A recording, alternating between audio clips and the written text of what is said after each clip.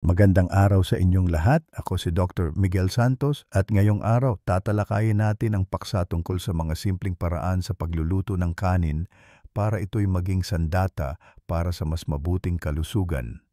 Paano kung sabihin ko sa iyo na ang isang pagkain na madalas ipinaiiwas ng mga doktor sa mga senior para sa pagkontrol ng blood sugar ay maaaring maging kanilang lihim na sandata para sa mas mabuting kalusugan? Tinutukoy ko ang kanin. Ang ipinagbabawal na carb na laging masama ang tingin sa bawat usapan tungkol sa diabetes. Ngunit narito ang ayaw ipaalam sa iyo ng mga nasa medical na establishmento.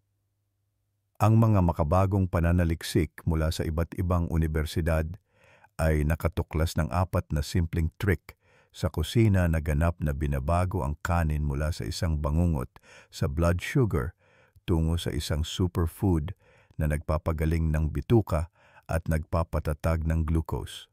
Sa katunayan, isang 2 taong randomized trial ang natagpuan na ang mga matatandang individual na kumakain ng espesyal na inihandang kanin araw-araw ay nagpakita ng pinabuting cognitive function at nabawasan ang kawalang gana kumpara sa mga kumakain ng ordinaryong kanin. Isa pang pag-aaral ang nagsiwalat na ang mga senior na umiinom ng isang partikular na uri ng inuming gawa sa bigas ay makabuluhang nagpabuti ng kanilang mga antas ng hemoglobin at antioxidant, lalo na ang mga nakikipaglaban sa anemia. At marahil ang pinaknakakagulat sa lahat, natuklasan ng mga mananaliksik na ang isang simpleng pamamaraan ng pagpapalamig ay lumilikha ng isang compound sa kanin na nagpapakain sa mga kapaki-pakinabang na bakterya sa iyong bituka habang binabawasan ang pagtaas ng blood sugar ng hanggang 40%. Hindi ito mga komplikadong medikal na pamamaraan o mamahaling supplement. Ito ay 4 na napakasimpleng pamamaraan na maaari mong gawin sa iyong kusina ngayong gabi gamit ang mga sangkap na marahil ay mayroon ka na. Ngunit narito ang catch. Kailangan mong gawin ang mga ito sa eksaktong pagkakasunod-sunod na ipapakita ko sa iyo dahil ang ayos ay mas mahalaga kaysa sa iyong iniisip. Sa pagtatapos ng video na ito, hindi mo natitingnan ang kanin sa parehong paraan muli at ang iyong blood sugar monitor ay maaaring maging iyong bagong matalik na kaibigan. Ang information sa video na ito ay para sa mga layuning pang-education lamang na tinipon mula sa mga bukas na mapagkukunan at hindi pumapalit sa medikal na payo. Mangyaring kumonsulta sa iyong doktor para sa anumang mga alalahanin na may kaugnayan sa kalusugan. Naisip mo na ba kung paano maaaring banayad na naiimpluwensyahan ng iyong pang-araw-araw na pagkain ng kanin ang kalusugan ng iyong bituka at mga antas ng blood sugar? Marami sa atin ang hindi ito iniisip, lalo na't ang kanin ay tila isang pangunahing nakakapanatag na pagkain sa ating mga plato. Ngunit heto ang punto. Kung paano niluluto at kinakain ang kanin ay maaaring magkaroon ng malaking epekto, lalo na para sa mga matatanda na nakakaranas ng mga issue sa panunaw o pamamahala ng blood sugar. Hello! Masaya akong kasama kayo ngayon. Bilang isang professional sa kalusugan, si Dr. Miguel Santos ay dalubhasa sa pagtulong sa mga senior citizen na mamuhay ng pinakamalusog na posibleng buhay. Bukod pa rito, nais kong magbahagi ng magandang balita. Ang pagkontrol sa iyong blood sugar at kalusugan ng bituka ay hindi laging nangangailangan ng malalaki at masalimuot na pagsasaayos.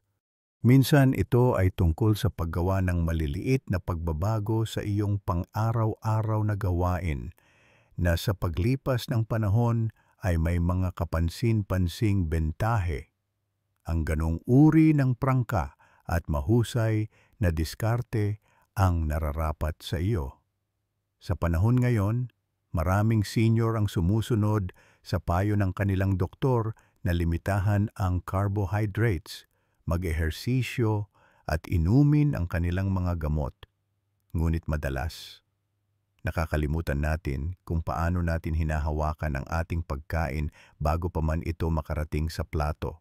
Halimbawa, ang kanin ay isang pangunahing pagkain para sa maraming tao. Ngunit kung paano ito inihanda at isinasama sa iba pang pagkain ay maaaring magpabuti o magpalala sa kalusugan ng iyong bituka at balanse ng blood sugar. Ito ay partikular na totoo dahil ang regulation ng blood sugar ay maaaring maging mas mahirap habang tayo ay tumatanda at ang ating mga digestive system ay natural na nagiging mas sensitibo. Kaya paano mo ito gagawin ng tama?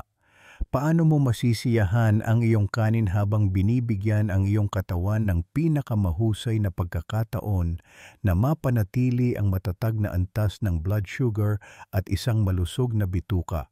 Narito ako upang tumulong sa eksaktong bagay na iyon. Tatalakayin ko sa iyo ang 5 kapaki-pakinabang at suportado ng siyensya na mga rice hack sa susunod na ilang minuto. Maraming mga senior na tulad mo ang natagpuan na ang paggawa ng mga madaling pagbabagong ito sa kanilang mga gawi sa pagkain at pagluluto ay nagpabuti sa kanilang pisikal at mental na kagalingan. Hayaan ninyo akong magkwento sandali bago tayo magsimula. Isang babae sa kanyang 70s na kamakailan kong nakatrabaho ay nakakaranas ng hindi komportableng panunaw pagkatapos kumain at madalas na pagtaas ng blood sugar. Bagamat mahal niya ang kanin, pakiramdam niya ay wala siyang magawa dahil naniniwala siyang kailangan niyang isuko ang ilan sa kanyang mga paboritong pagkain upang makontrol ang kanyang blood sugar. Pagkatapos ng aming pag-uusap, nagsimula siyang gumawa ng ilang maliliit na pagbabago sa paraan ng pagluluto niya ng kanin. Sa loob ng ilang linggo, mas kaunti ang kanyang naramdamang pagkahapo at pag-bloat pagkatapos kumain. Gusto ko ring gumawa ka ng maliliit na pagbabago na nagre-resulta sa malaking pagkakaiba. Bagamat karaniwan na isipin ang kanin bilang kanin lang, ang paraan ng paghawak mo dito mula sa paghuhugas hanggang sa mga pampalasa na idinadagdag mo ay maaaring makaapekto sa kung paano pinoproseso ng iyong katawan ang mga carbohydrates na yon. Oo, ito ay mahalaga kahit na nagpapanatili ka na ng aktibong pamumuhay at kumakain ng balanseng dieta. Ang pinakamaliit na bagay ay minsan may pinakamalaking epekto. Habang tinatalakay natin ang mga rice hack na ito, hinihikayat ko kayong manatiling bukas ang isipan. Sila ay simple, natural, at hindi nangangailangan ng mamahaling sangkap o mahabang oras sa pagluluto. Sila rin ay praktikal at banayad sa iyong sistema na idinisenyo para sa mga senior. Isipin mo ito. Naramdaman mo na ba ang hindi pagiging komportable o pagiging matamlay pagkatapos kumain ng kanin? O kahit na may pag-iingat, ang iyong mga antas ng blood sugar ay may tendensyang tumaas. Hindi ka nag-iisa. Bukod dito, kung paano inihahanda at isinasama ang kanin sa iba pang pagkain ay madalas na mas mahalaga kaysa sa dami ng iyong kinakain. Maghanda upang matuklasan kung paano mo mapapabagal ang pagtaas ng blood sugar at suportahan ang iyong gut flora sa pamamagitan ng pagbabad at paghuhugas ng iyong bigas, pagdaragdag ng mga partikular na pampalasa. At ilang iba pang madaling tip. Ang mga gawaing ito ay maaaring humantong sa pinabuting panunaw, mas pare-parehong enerhiya, at kahit na pagbawas sa pamamaga na isang pangunahing bahagi ng malusog na pagtanda. Maghintay hanggang sa talakayin natin ang unang 2 rice hack na para sa maraming senior ay nakakapagbukas isip at madaling simulan kaagad. Kung sa tingin mo ay maganda ito, ipapaliwanag ko kung bakit sila epektibo. Sunod-sunod na mga tagubilin at mga personal na kwento mula sa mga taong nakaranas ng mga pagpapabuti. Tandaan na hindi mo kailangang biglang baguhin ang iyong dieta o paraan ng pamumuhay ng sabay-sabay. Ang mga maliliit na pagbabagong ito ay madaling maisasama sa iyong pang-araw-araw na gawain. Kaya mo ito. May karapatan kang masiyahan sa iyong mga pagkain at maging maganda ang pakiramdam pagkatapos. Sama-sama nating tahakin ang pakikipagsapalarang ito. Isang madaling rice hack sa bawat pagkakataon. Pumunta na tayo sa unang rice hack na nagbago ng laro para sa maraming senior na nais mapabuti ang kalusugan ng kanilang bituka at mapababa ang kanilang blood sugar. Ito ay isang madaling ugali na nagsisimula bago mo pa man ilagay ang bigas sa kaldero. Ngunit bago ko sabihin sa iyo, isipin mo kung paano mo kasalukuyang inihahanda ang iyong kanin. Binababad o hinuhugasan mo ba ito o basta na lang isinasalang agad tulad ng karamihan sa mga tao? Malamang na nilalaktawan mo ang hakbang na ito nang hindi napapahalagahan ang mga benepisyo nito. Ipapakita ko sa iyo sa lalong madaling panahon kung paano ang simpleng paghuhugas at pagbabad ay maaring magkaroon ng malaking epekto. Ngunit tandaan muna, ito ay simula pa lamang. Sa pagbuo sa pundasyong ito, ang susunod na 4 na hack ay tutulong sa iyo na kontrolin ang iyong kalusugan sa natural at madaling paraan. Kung handa ka na, magsimula na tayo at tingnan kung paano makakatulong ang madaling unang hakbang na ito para mas madali kang matunawan at maiwasan ang pagtaas ng blood sugar. Magugulat ka kung paano ang isang tila maliit na bagay ay maaaring magkaroon ng ganoong kalaking epekto. At tandaan na makakamit mo ang malalaking benepisyo sa kalusugan sa pamamagitan ng maliliit na pagbabago. Ngayon, simulan natin ang unang rice hack na sinabi ko sa iyo. Ito ay nakakagulat na madali. Ngunit maaari itong gumawa ng malaking pagkakaiba. Ang sikreto ay ibabad at hugasan ang iyong bigas bago ito lutuin. Marahil ay tinatanong mo ang iyong sarili. Hugasan at ibabad. Hindi ba't dagdag trabaho lang yan? Ngunit makinig ka. Ang hakbang na ito ay tumutulong sa pag-alis ng labis na almirol starch at ilang mga sangkap na kilala bilang anti-nutrients. Lalo na habang tayo ay tumatanda. Ang mga sangkap na ito ay minsan maaaring magpahirap sa panunaw at maging sanhi ng mas mabilis na pagtaas ng iyong blood sugar. Ang paghuhugas ay nag-aalis ng almirol sa ibabaw. Ang pulbos na sangkap na nagbibigay sa kanin ng malagkit na texture. Sa pag-usad ng isang hakbang, ang pagbabad ay tumutulong sa pag-breakdown ng ilang mga sangkap na maaring makairita sa iyong bituka at magpabagal sa panunaw. Kapag pinagsama, binabawasan nila ang glycemic response na nangangahulugang hindi gaanong mabilis tataas ang iyong blood sugar pagkatapos kumain. Ito ay maaaring malaking tulong para sa mga matatanda na may diabetes o sa mga madalas makaranas ng mga issue sa panunaw. Hayaan ninyo akong ikwento si Harold, isang Ginoo. Siya ay nasa huling bahagi ng kanyang 60s at nakipaglaban sa pagbabago-bago ng blood sugar sa loob ng maraming taon. Sinunod niya ang mga rekomendasyon sa dieta at gamot ng kanyang doktor, ngunit patuloy pa rin siyang nakakaranas ng nakakainis na pagtaas at pagbaba, kasama ang paminsan-minsang pag-bloat pagkatapos kumain. Sinubukan niyang maghugas at magbabad matapos marinig ito mula sa isang kaibigan pagkatapos ng ilang linggo. Napansin ni Harold na ang kanyang mga antas ng blood sugar ay naging mas matatag at hindi na siya nakakaramdam ng pag-bloat o hindi komportable pagkatapos kumain. Para sa kanya, ang maliit na pagbabagong iyon ay may malaking epekto. Narito kung paano ito gawin din. Ilagay ang iyong bigas sa isang mangkok o salaan na may pinong butas. Hugasan ito sa ilalim ng malamig na umaagos na tubig. Dahan-dahang kinukuskos ang mga butil gamit ang iyong mga daliri hanggang sa maging malinaw ang tubig. Nakaraniwang tumatagal ng halos 1 minuto bago lutuin. Hayaang mababad ang bigas sa sariwang tubig ng humigit kumulang kalahating oras. Matutuklasan mo na ang kanin ay mas magaan ang lasa at mas epektibo ang pagkaluto. Para umusad pa ng isang hakbang, ibabad sa filtered or spring water upang maalis ang anumang hindi kanais-nais na mineral na maaaring makasagabal sa panunaw o lasa. Alisin ang tubig pagkatapos magbabad. Pagkatapos ay lutuin ang kanin gaya ng dati, sa pamamagitan ng pagbabawas ng nilalaman ng almirol.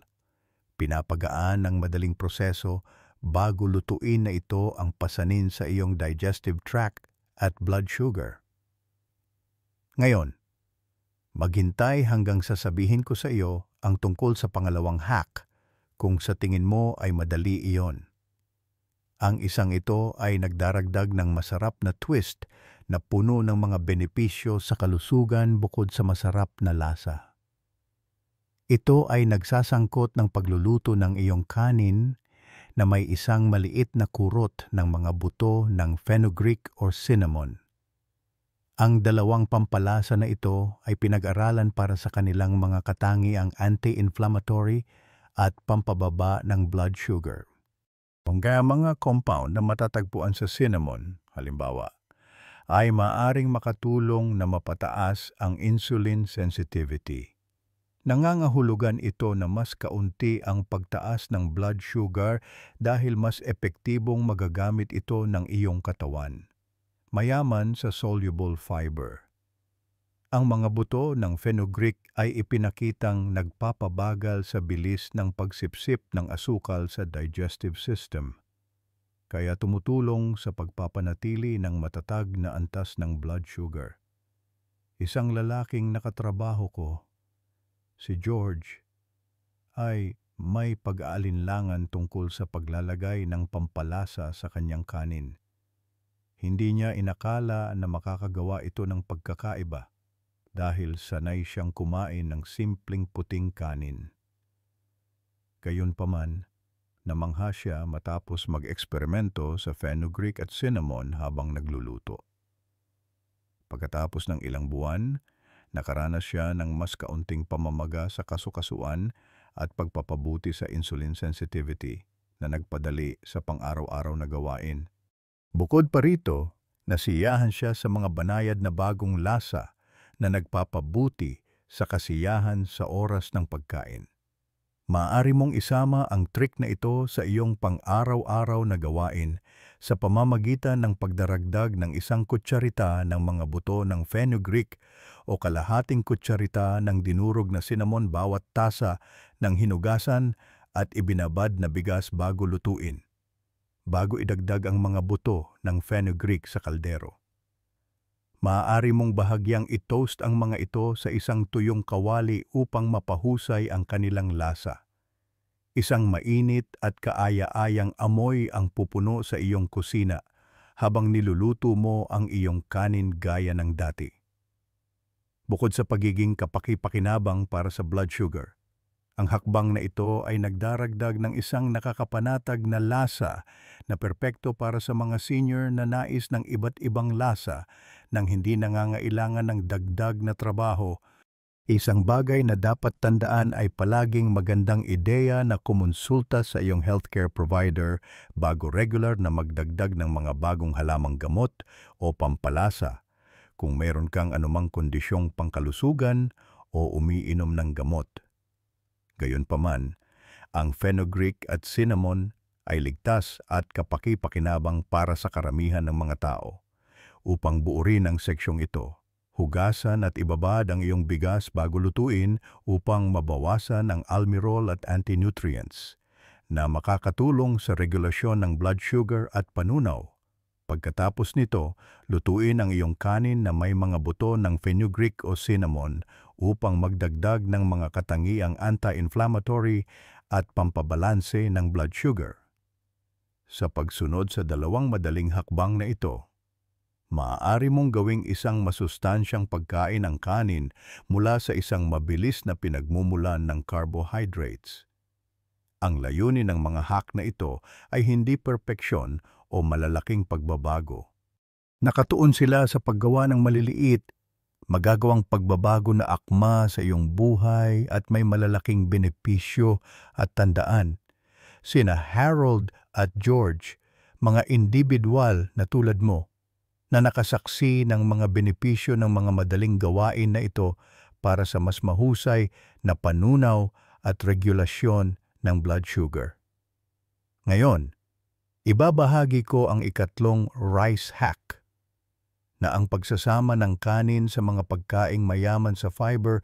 Ito ay isang masarap na paraan upang mapanatili ang matatag na antas ng blood sugar at mapabuti ang kalusugan ng bituka. Subukan muna ang unang dalawang hack.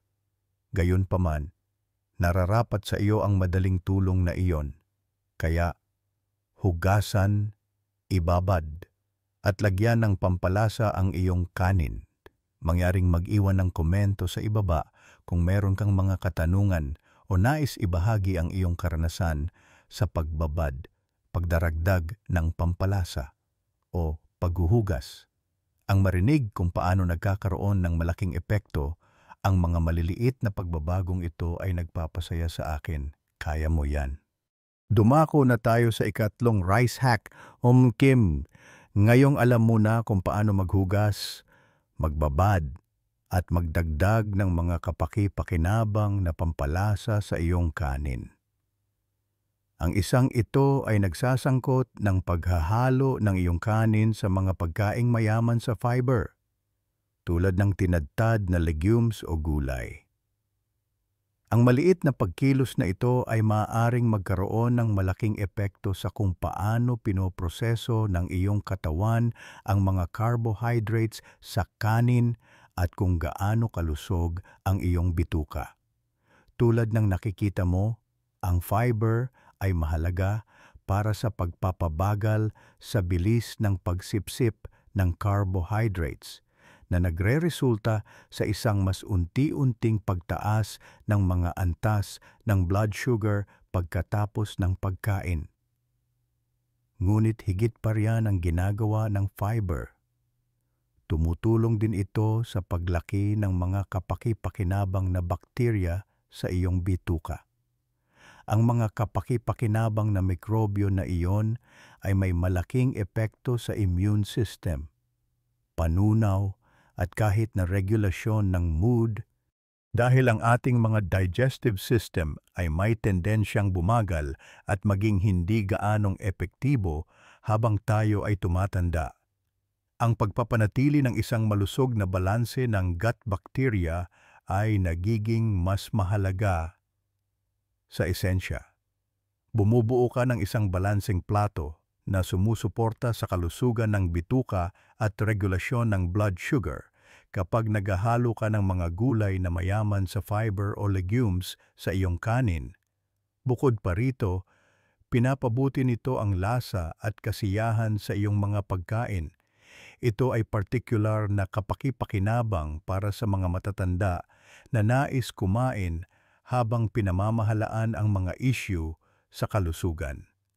Gusto kong ikwento sa iyo si Mary, isang masiglang babae sa kanyang huling bahagi ng 60s na nagsimulang isama ang nilutong lentils, tinadtad na bell peppers at carrots sa kanyang mga putahing kanin.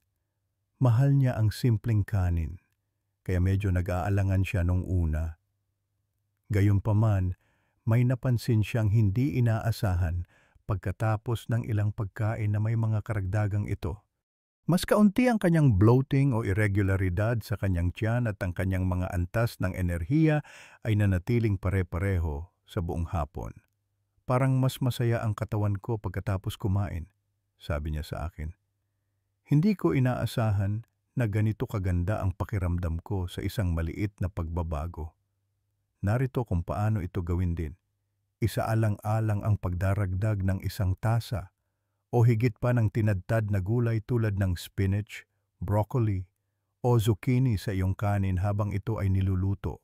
Ang black beans, chickpeas, o lentils ay magagandang pagpipilian kung mahilig ka sa legumes. Pagkatapos maluto ang kanin, maaari mong ihalo ang mga ito o ihalo sa huling ilang minuto ng pagluluto upang uminit ang mga ito. Nakakatulong ito na mapanatili ang kalusugan ng iyong gut flora bukod sa pagpapabagal sa paglabas ng glucose sa iyong daluyan ng dugo. Ang fiber ay mapagkukunan ng pagkain para sa mabuting gut bacteria na gumagawa ng mga compound na nagpapababa ng pamamaga at sumusuporta sa pangkalahatang kalusugan ng panunaw. Ang mga senior na nais mapanatili ang isang regular na schedule at maging komportable pagkatapos kumain ay partikular na makikinabang dito. Huwag mag-alala tungkol sa lasa.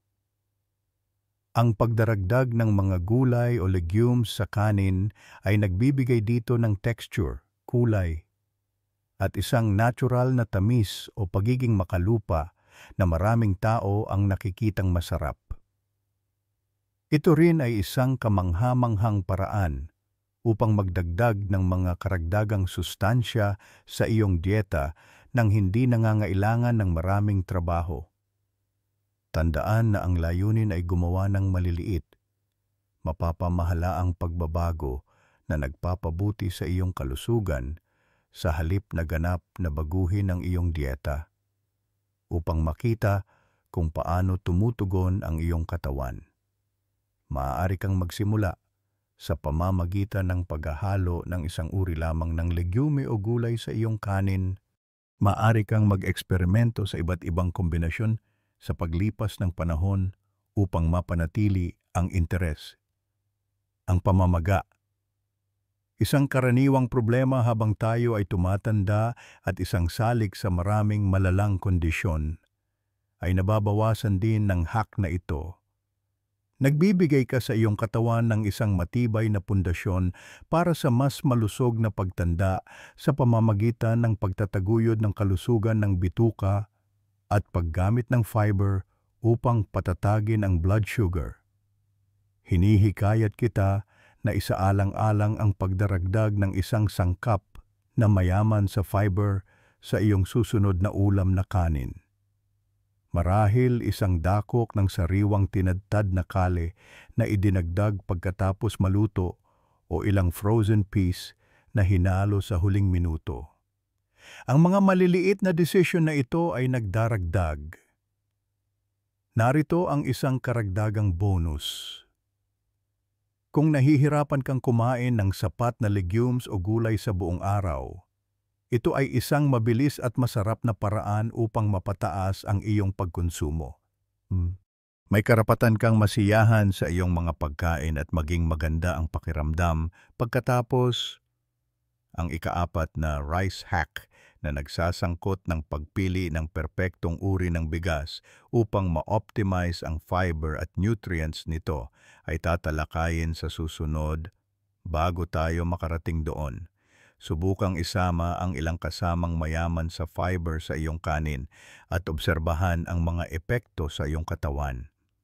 Bagamat ito ay isang prangkang hakbang, maraming senyor ang nakakahanap nito na hindi kapani-paniwalang nakakapagbigay lakas gaya ng dati. Mangyaring mag-iwan ng komento sa ibaba kung mayroon kang anumang mga katanungan o nais ibahagi ang iyong mga paboritong kombinasyon ng kanin at gulay.